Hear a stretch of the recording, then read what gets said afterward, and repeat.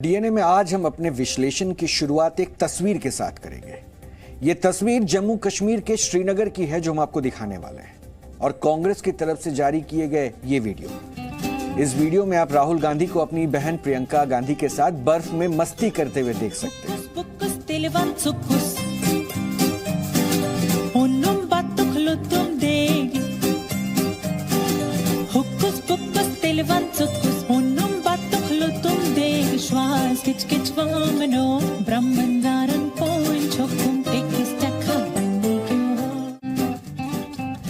राहुल गांधी भारत जोड़ो यात्रा के अंतिम पड़ाव के तौर पर श्रीनगर पहुंचे थे, जहां बर्फ देखकर वो खुद पर काबू नहीं रख पाए और उन्होंने बच्चों की तरह बर्फ के गोले बनाकर बहन प्रियंका गांधी पर फेंकना शुरू कर दिया। प्रियंका भी पीछे नहीं रही और उन्होंने भी राहुल गांधी को उन्हीं के अंदाज में जवाब दिया। सियासत से अलग हटकर देखें तो ये तस्वीर वाकई बेहद खूबसूरत है। भाई बहन का रिश्ता दिख रहा है, और इसलिए आज डीएनए में हम राहुल गांधी की भारत जोड़ो यात्रा के साथ साथ इन तस्वीरों को भी डिकोड करेंगे, क्योंकि ये तस्वीरें राहुल गांधी के उन आरोपों के जवाब खुद दे रही है जिन्हें लेकर वो मोदी सरकार को लगातार घेरते रहे हैं। और इसलिए हमने सबसे पहले आपको ये तस्वीरें दिखाई, क्योंकि ये उसी नए कश्मीर या कश्मीर 2.0 की तस्वीरें हैं जिस पर विपक्ष खास करके कांग्रेस और राहुल गांधी लगातार सवाल उठाते रहे हैं। और इसलिए अब बीजेपी ही नहीं, आम लोग भी अब ये पूछ रहे हैं कि क्या राहुल गांधी 5 अगस्त 2019 से पहले, यानी कि आर्टिकल 370 हटाए जाने से पहले कश्मीर में इस तरह घूम सकते थे क्या? क्या वो वहां ऐसे ही मस्ती कर सकते थे क्या? और आज डीएनए में हम इसी सवाल का जवाब देंगे, क्योंकि बीजेपी और पीएम मोदी का विरोध करते करते राहुल गांधी ने खुद ही पीएम मोदी की नीतियों पर मुहर लगा दी है और मान लिया कि आर्टिकल 370 हटने के बाद कश्मीर बदल रहा है। और ये तस्वीरें भी कुछ यही बता रही हैं। 145 दिन पहले कन्याकुमारी से शुरू हुई भारत जोड़ो यात्रा आज श्रीनगर में खत्म हो गई। इस दौरान राहुल गांधी ने वहां के शेरे कश्मीर स्टेडियम में भारी बर्फबारी के बीच करीब आधे घंटे लंबा एक भावुक भाषण दिया। इस बार हर बार की तरह इस बार भी उन्होंने अपने भाषण में पीएम मोदी, अमित शाह, संघ का कई बार जिक्र किया। हालांकि इस बार कश्मीर का मामला था तो उन्होंने राष्ट्रीय सुरक्षा सलाहकार अजीत डोवल को भी कटघरे में खड़ा कर दिया। कुल मिलाकर उन्होंने आधे घंटे का जो भाषण दिया उसके दो मुख्य बिंदु हैं। पहला कि जम्मू कश्मीर के लोगों ने राहुल गांधी को हैंड ग्रेनेड की जगह दिल खोलकर प्यार दिया। दूसरा यह कि कश्मीर में हो रही हिंसा प्रधानमंत्री नरेंद्र मोदी, गृह मंत्री अमित शाह और एनएसए अजीत डोवल के इशारों पर हो रही है और वो ही इसके जिम्मेदार हैं। और जैसा कि आप समझ सकते हैं ये दोनों ही बातें विरोधाभासी है, और इसलिए सबसे पहले हम आपको सुनाते हैं कि उन्होंने कहा क्या है। एडमिनिस्ट्रेशन ने कहा कि देखिए, शायद डराने के लिए कि देखिए अगर आप पैदल चलेंगे तो आपके ऊपर ग्रेनेड फेंका जाएगा। तो मैंने सोचा कि ऐसे करते हैं, मैं अपने घर वापस जा रहा हूं, 4 दिन पैदल चलूंगा, और मैंने सोचा कि जो मुझसे नफरत करते हैं उनको क्यों ना मैं एक मौका दूं दूसरों को देखते कि मेरी सफेद शर्ट का रंग बदल दें, लाल कर दें। यानी राहुल गांधी ये भी मान रहे हैं कि कश्मीर आने से पहले उन्हें डराया गया था, लेकिन जब वो वहां पहुंचे तो उन्हें डर का माहौल नहीं मिला, उन्हें प्यार मिला। और जिस तरह वो अपनी टीम के साथ, पार्टी नेताओं के साथ अनंतनाग से लेकर श्रीनगर तक घूम रहे थे, उससे यह स्पष्ट हो जाता है कि कश्मीर में डर का वैसा माहौल तो है ही नहीं, जैसा कि खुद वो और उनकी पार्टी के दूसरे नेता बताया करते थे। क्योंकि इन नेताओं ने न सिर्फ वहां बेधड़क रैली की, बल्कि सड़कों पर घूमे, लोगों से बातचीत भी की और बर्फ के बीच मस्ती भी की, और लाल चौक पर जाकर तिरंगा भी फहराया। और अगर आपको इन तस्वीरों में बदला हुआ कश्मीर नहीं दिख रहा है तो फिर आपको स्वराज इंडिया के संयोजक और किसान आंदोलन में बढ़ चढ़कर हिस्सा लेने वाले योगेंद्र यादव का एक वीडियो दिखाते हैं। उसे देखिए, उनको सुनिए। उसके बाद देखिए बदले हुए कश्मीर को आप क्या देखते हैं। यही वो लाल चौक है। वैसे इस पूरे इलाके को लाल चौक बोला जाता है, इस जगह को घंटाघर बोला जाता है, लेकिन भारत के बाकी लोगों की निगाह में ये लाल चौक है और ऐसा माना जाता है बहुत खतरनाक जगह है, यहाँ पे कोई आके मतलब तिरंगा नहीं लहरा सकता और ये सब बातें की जाती हैं। और आज आप देखिए ये लगभग उत्सव बन गया है। तमाम लोग तिरंगे लेके घूम रहे हैं, अपने अपने तरीके से घूम रहे हैं। एक तरह का पब्लिक उत्सव है। सिक्योरिटी फोर्सेस है, लेकिन किसी को डर नहीं है। किसी को ये डर नहीं है कि भी ऐसा झंडा लेके आया हूं जिसको देख के कोई मेरे को गोली मार देगा, कुछ होगा। कुछ नहीं है, मजे से सुबह से हम घूम रहे हैं, बिना प्रोटेक्शन के भी घूम रहे हैं। कहीं कोई डर नहीं, कहीं कोई दिक्कत नहीं। यानी अगर आप नेताओं के जुबानी ही समझें तो कश्मीर में कहीं भी डर का माहौल नजर नहीं आ रहा है। ये अलग बात है कि नेता अपने सियासी बयानबाजी में कश्मीर में डर, अलगाववाद का खतरा बताते हुए अभी भी पीछे नहीं हटते हैं, लेकिन कश्मीर पहुंचकर जो बातें अब सामने रखी जा रही है उसमें कुछ अलग ही नजर आ रहा है। दरअसल योगेंद्र यादव राहुल गांधी की भारत जोड़ो यात्रा को समर्थन देने के लिए श्रीनगर पहुंचे थे, लेकिन लाल चौक पहुंचे तो वहां शान से लहराता तिरंगा देखकर उनकी भावनाएं अपने आप जाग उठी और उन्होंने खुद ही ये मान लिया कि लाल चौक में उन्हें कोई खतरा महसूस नहीं हुआ और वो वहां बिना किसी डर के भारत का राष्ट्र ध्वज तिरंगा भी फहरा रहे। लेकिन सवाल यह उठता है कि क्या 5 अगस्त 2019 से पहले वो बिना सुरक्षा ऐसा कर पाते? जवाब होगा शायद नहीं। और इसलिए बीजेपी ने भी दावा किया कि आज अगर राहुल गांधी कश्मीर में यात्रा निकाल पा रहे हैं तो यह आर्टिकल 370 को हटाए जाने के बाद ही संभव हो सका है। सबसे पहले बीजेपी की प्रतिक्रिया सुनिए। आपने राहुल गांधी जी को और प्रियंका गांधी जी को बर्फ के गोलों के साथ तो खेलते देखा, पिकनिक मनाते भी देखा, हंसी खुशी के माहौल में भी देखा, लेकिन शायद वो धन्यवाद करना भूल गए माननीय प्रधानमंत्री नरेंद्र मोदी जी का, जिन्होंने सत्ता में आने के बाद अनुच्छेद 370 और 35 को सदा सदा के लिए खत्म किया। और ये बीज किसी ने बोया था तो कांग्रेस पार्टी ने। राहुल गांधी जी याद करिए 1953 से लेके 2011 तक क्या हालत थी, और ये कांग्रेस पार्टी के कारण थी। लेकिन आपकी इस यात्रा में भारत जोड़ने वाले नहीं, भारत तोड़ने वाले ज्यादा दिखे। जगह जगह पर वो लोग इसमें शामिल हुए जिन्होंने भारत को तोड़ने का काम किसी न किसी रूप में किया हो। ये वही कश्मीर है जिसके भारत में एकीकरण के लिए हमारे संस्थापक अध्यक्ष श्यामा प्रसाद मुखर्जी जी ने अपना बलिदान दिया था। ये वही कश्मीर है जहां स्वतंत्र भारत में एक ऐसा समय आया जब 10 वर्ष तक 26 जनवरी और 15 अगस्त को भी राज्यपाल भी झंडा नहीं फहरा सकते थे। 1988 से 1998 जिस दौर में हमारी पार्टी ने, जब डॉक्टर मुरली मनोहर जोशी जी हमारे राष्ट्रीय अध्यक्ष थे और वर्तमान प्रधानमंत्री श्री नरेंद्र मोदी जी युवा नेता के रूप में उस यात्रा के संयोजक थे, इसी श्रीनगर के लाल चौक पे जाके 26 जनवरी 1992 को झंडा फहराया था। तो उन बलिदानों और साहस के दम पर यही कश्मीर जो अगस्त 2019 में जो भारत के साथ संपूर्ण और असंदिग्ध रूप में एकाकार होने की प्रक्रिया पूर्ण हुई थी, जब हमारे प्रधानमंत्री जी ने 2019 में निर्णय लिया तो आज वो हालात बने हैं कि वहां पर जाकर 26 जनवरी 15 अगस्त को डल लेक पे तिरंगे की पूरी लाइन दिखती है, कतार दिखती है। आज चाहे राहुल गांधी हो या योगेंद्र यादव या कांग्रेस के दूसरे नेता, वो लाल चौक पर बिना डरे तिरंगा फहरा पा रहे हैं।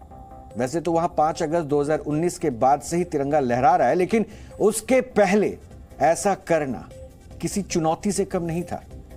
लाल चौक का नाम मॉस्को के रेड स्क्वायर के नाम पर रखा गया था और बाद में वर्ष 1980 में यहां एक घंटा घर बनाया गया और इसके बाद यह जगह कश्मीर की राजनीतिक गतिविधियों का केंद्र बन गई। वर्ष 1948 में देश के पहले प्रधानमंत्री जवाहरलाल नेहरू ने इसी लाल चौक पर पहली बार तिरंगा फहराया था। उस वक्त उनके साथ जम्मू कश्मीर के पहले प्रधानमंत्री शेख अब्दुल्ला भी मौजूद थे। मैंने प्रधानमंत्री शब्द का इस्तेमाल किया है, जम्मू कश्मीर के। ऐसा क्यों? क्योंकि तब जम्मू कश्मीर के मुख्यमंत्री को प्रधानमंत्री ही कहा जाता था। उस दौरान उन्होंने आमिर खुसरो की कुछ पंक्तियां पढ़ी थी। उन्होंने पढ़ा था, मन तू शुदम तू मन शुदी, मन तन शुदम तू जान शुदी, ताकस ना गोयद बाद अजीम, मन दिमारम तू दिगारी। और इसका अर्थ होता है, मैं आप बन गया और आप मैं बन गए, मैं आपका शरीर बन गया और आप मेरी आत्मा बन गए, और अब कोई कह नहीं सकता कि हम अलग अलग हैं। लेकिन पाकिस्तान की साजिशों और आतंकवाद की वजह से वर्ष 1990 आते आते कश्मीर में आतंकवाद और अलगाववाद चरम पर पहुंच गया और लाल चौक पर भी आतंकवादियों का ही कब्जा हो गया। लाल चौक पर खुले आम भारत विरोधी तकरीरें होने लगी, पाकिस्तान का झंडा तक लहराया गया और हालात ये हो गए कि वहां आए दिन सुरक्षा बल और अलगाववादियों के बीच टकराव होने लगे। पत्थरबाजों को तो आपको वो तस्वीरें आपको याद होंगी, पत्थरबाज किस तरह से खुलेआम लाल चौक के पास पत्थरबाजी करते थे सेना के जवानों को निशाने पर लेकर। हालात ऐसे हो चुके थे कि गणतंत्र दिवस और 15 अगस्त के अवसर पर भी लाल चौक में झंडा नहीं फहराया जाता था, डर का माहौल। इन्हीं परिस्थितियों के बीच वर्ष 1991 में बीजेपी ने कन्याकुमारी से कश्मीर तक ही एक यात्रा निकाली जिसका नाम था एकता यात्रा, और मौजूदा प्रधानमंत्री नरेंद्र मोदी इस यात्रा के व्यवस्थापक थे और उन्होंने आतंकियों की धमकी के बावजूद लाल चौक में तिरंगा फहराया था। ये वो तस्वीरें हम आपको दिखा रहे हैं, ये उस वक्त की बात है। बाद में बीजेपी नेता मुरली मनोहर जोशी ने उस यात्रा को याद करते हुए कहा था कि वो लोग गणतंत्र दिवस के दिन लाल चौक में तिरंगा फहराना चाहते थे, लेकिन उन्हें तिरंगा ही नहीं मिला। सोचिए, हमारे देश में तिरंगा ना मिले। ये वो लाल चौक, ये वो कश्मीर, ये वो तस्वीर। मुरली मनोहर जोशी ने बताया था कि वो और उनके साथी करीब 15 मिनट तक लाल चौक में मौजूद रहे थे, लेकिन उस दौरान वहां गोलीबारी हो रही थी, रॉकेट दागे जा रहे थे और आस पड़ोस में बमबारी भी हुई थी। हालांकि इन खतरों के बीच भी वहां तिरंगा फहराया गया था और यही वो तस्वीर है तिरंगा फहराने की। हम चाहते हैं एक बार उस ऐतिहासिक तस्वीर को आप देखिए, क्योंकि आज बदले हुए लाल चौक की तस्वीर तो आपने देखी, लेकिन ये उस वक्त की तस्वीर है। वंदे वंदे वंदे वंदे वंदे मातरम की स्टैंड लो जल्दी, स्टैंड लो जल्दी, वंदे मातरम। ये सरकारी के लोगों के पीछे लाल चौक में ये हालात लंबे वक्त तक ऐसे ही बने रहे। हालांकि 5 अगस्त 2019 के बाद हालात बदले और ये तस्वीरें अब की जो आप देख रहे हैं, ये उसी बदलाव की गवाही दे रही है। आज लाल चौक में न सिर्फ शान से तिरंगा लहराता है, बल्कि वहां कोई भी तिरंगा लेकर जा सकता है।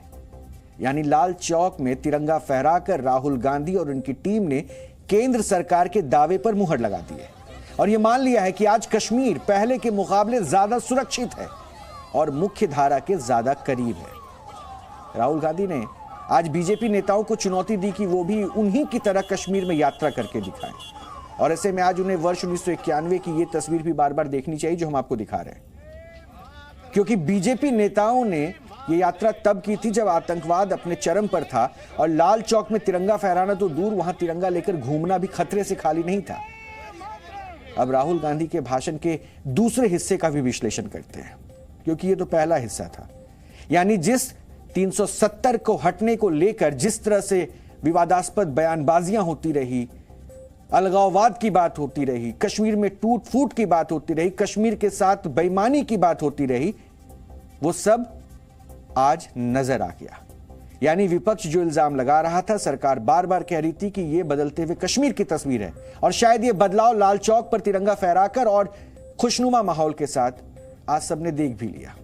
और इसके लिए हम आपको अगला जो बयान सुनाने वाले हैं एक बार सुनाना चाहते हैं, क्योंकि दूसरे हिस्से में हम जा रहे हैं और वहां पे इस बयान का विश्लेषण करेंगे। आज उन्होंने प्रधानमंत्री नरेंद्र मोदी, गृह मंत्री अमित शाह और राष्ट्रीय सुरक्षा सलाहकार अजीत डोवल को भी लेकर बयान दिया है। एक बार सुनिए उन्हें। मैं जब 14 साल का था, स्कूल में था, सुबह ज्योग्राफी की क्लास में था, मैं पढ़ रहा था, सामने बैठा था और मेरी एक टीचर आई, अंदर आई और उसने कहा, राहुल तुम्हें प्रिंसिपल बुला रहा है। और जब मैं प्रिंसिपल के ऑफिस पहुंचा तो प्रिंसिपल ने कहा, राहुल तुम्हारे घर से फोन कॉल है। और मैंने जैसे फोन अपने कान पे लगाया तो मेरे माँ के साथ एक औरत काम करती है, वो चिल्ला रही थी, राहुल दादी को गोली मार दी, दादी को गोली मार दी। 6-7 साल बाद मैं अमेरिका में था और फिर से टेलीफोन आया, 21 में टेलीफोन आया। जैसे बहुत सारे, जैसे जो पुलवामा में हमारे सैनिक मरे थे, उनके घर टेलीफोन आया होगा, हजारों कश्मीरी लोगों के घर टेलीफोन आया होगा, सेना के परिवारों को टेलीफोन आया होगा, वैसा ही टेलीफोन आया। पिता के एक दोस्त थे, उन्होंने मुझे फोन किया और कहा, राहुल बुरी खबर है। मैंने उनसे कहा, मैं जानता हूँ, पापा मर गए। कहते हैं, मैंने कहा धन्यवाद, फोन रख दिया। तो मेरा कहना है जो हिंसा करवाता है, जैसे मोदी जी हैं, अमित शाह जी हैं, अजीत डोभाल जी हैं, आरएसएस के लोग हैं, वो इस बात को समझ नहीं सकते हैं, वो दर्द को समझ नहीं सकते हैं। हम समझ सकते हैं। हालांकि सियासत की अपनी चुनौतियां होती हैं, इसमें एक दूसरे पर कीचड़ उछालना, एक दूसरे पर आरोप लगाना भी शामिल है। लेकिन अच्छा होता अगर राहुल गांधी कश्मीर में बेगुनाहों का खून बहाने वाले आतंकवादियों से भी शांति की अपील करते और उनसे बंदूक छोड़कर मुख्यधारा में शामिल होने के लिए कुछ कहते, लेकिन उन्होंने ऐसा नहीं किया। राहुल गांधी का जो भाषण अभी आपने सुना, राहुल गांधी का यह भाषण और लाल चौक में उनका झंडा फहराना इसलिए भी खास था क्योंकि आज भारत जोड़ो यात्रा का आखिरी दिन था। यह यात्रा 7 सितंबर को तमिलनाडु के कन्याकुमारी से शुरू हुई थी और 146 दिनों की इस यात्रा के दौरान करीब 3570 किलोमीटर की दूरी तय की गई। भारत जोड़ो यात्रा के दौरान राहुल गांधी ने 14 राज्यों को छुआ। इसमें तमिलनाडु, केरल, आंध्र प्रदेश, कर्नाटक, तेलंगाना, महाराष्ट्र, मध्य प्रदेश, गुजरात, राजस्थान, यूपी, दिल्ली, हरियाणा, पंजाब और जम्मू कश्मीर शामिल है। लेकिन इस दौरान कई ऐसे मौके आए जब कुछ गतिविधियां और राहुल गांधी के बयानों की वजह से विवाद भी खड़े हुए। कैथोलिक पादरी जॉर्ज पोनैया के साथ उनकी मुलाकात पर भी सवाल उठाए गए। पोनैया पर प्रधानमंत्री नरेंद्र मोदी समेत बीजेपी के कई नेताओं के खिलाफ आपत्तिजनक भाषण देने का आरोप है और इसके लिए उन्हें कई बार गिरफ्तार भी किया गया है। इसके अलावा उन पर हिंदू देवी देवताओं और मान्यताओं का मजाक उड़ाने का भी आरोप लगता रहा। यही नहीं, भारत जोड़ो यात्रा जब महाराष्ट्र में पहुंची तो उन्होंने कहा कि महाराष्ट्र की सारी नौकरियां गुजरातियों को दे दी जाती है। उनके इस बयान का गुजरात के लोगों ने काफी विरोध किया था। महाराष्ट्र में ही राहुल गांधी ने वीर सावरकर को लेकर विवादित टिप्पणी की थी। उनके इस बयान पर मराठाओं ने नाराजगी जताई और इतना विवाद बढ़ गया कि उनका समर्थन कर रहे शिवसेना के उद्धव गुट के नेताओं ने भी इस बयान से पल्ला झाड़ लिया था। इसी तरह अरुणाचल प्रदेश में भारत और चीन के सैनिकों के बीच हुए टकराव के बाद उन्होंने मोदी सरकार को घेरते हुए कहा था कि चीन भारतीय सैनिकों को पीट रहा है। उनके इस बयान पर भी बीजेपी ने जोरदार विरोध जताया था। राहुल गांधी का एक और बयान काफी विवादित रहा, जिसमें उन्होंने कांग्रेस को तपस्वियों की पार्टी और बीजेपी को पुजारियों की पार्टी बताते हुए कहा था कि भारत पुजारियों का देश नहीं है। उनके इस बयान पर भी काफी ज्यादा विवाद हुआ था। सेना के बारे में ऐसे अपमानजनक बयान कहे गए, हमारे वीर सैनिकों के लिए पिटने की बात कही गई और इससे बड़ा कंफ्यूजन आपको इस यात्रा में दिखाई नहीं होगा कि हर बयान में उन्होंने कहा कि वो नफरत के खिलाफ अपना अभियान चला रहे हैं, मगर इतने नफरती जहर बुझे सामानों को लेकर ये कौन सी मोहब्बत की दुकान वो श्रीमान सजा रहे थे, ये कोई भी समझ सकता है। एक तरफ उन्होंने कहा, दूसरी तरफ क्या बोला, मुझे नफरत कहीं दिखी नहीं। मतलब इससे बड़ा विरोधाभासी वक्तव्य आपको नहीं दे सकता कि मेरी यात्रा नफरत के खिलाफ थी, तथा कथित नफरत के खिलाफ, और मुझे तो नफरत कहीं दिखी नहीं। इसी यात्रा में उन्होंने कहा वो राहुल गांधी तो है ही नहीं, वो तो समाप्त हो गया है। उन्होंने कहा सर्दी आपको इसलिए लगती है कि सर्दी से आप डरते हैं। मुझे लगता है ये कंफ्यूज नेशन की जो बात उन्होंने कही, तो सबसे ज्यादा कंफ्यूजन उस पूरी यात्रा के दौरान उनके स्वयं के आचरण में देखा।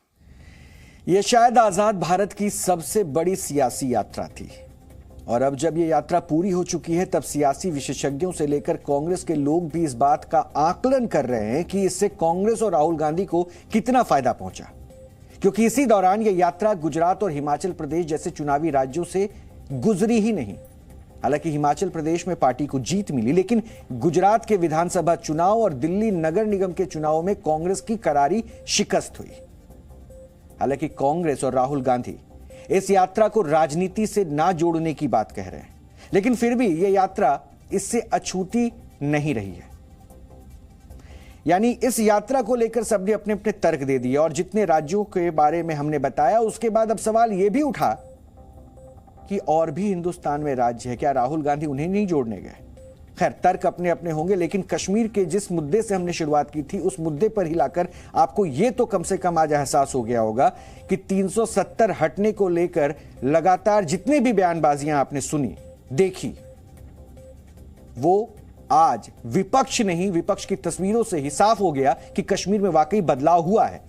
जिस कश्मीर में लाल चौक पर पत्थरबाजों का कोहराम रहता था, वहां पर आप खुलेआम हाथ में तिरंगा लेकर घूम सकते हैं। यह बदलाव हुआ। यह 370 हटने के बाद की तस्वीर है, और इस तस्वीर को लेकर अगर अभी तक सरकार की तरफ से दावे किए जा रहे थे, तो इन दावों पर मुहर शायद विपक्ष के इन तमाम बयानबाजों से और इन तस्वीरों से लग गई। तो यह है बदला हुआ कश्मीर।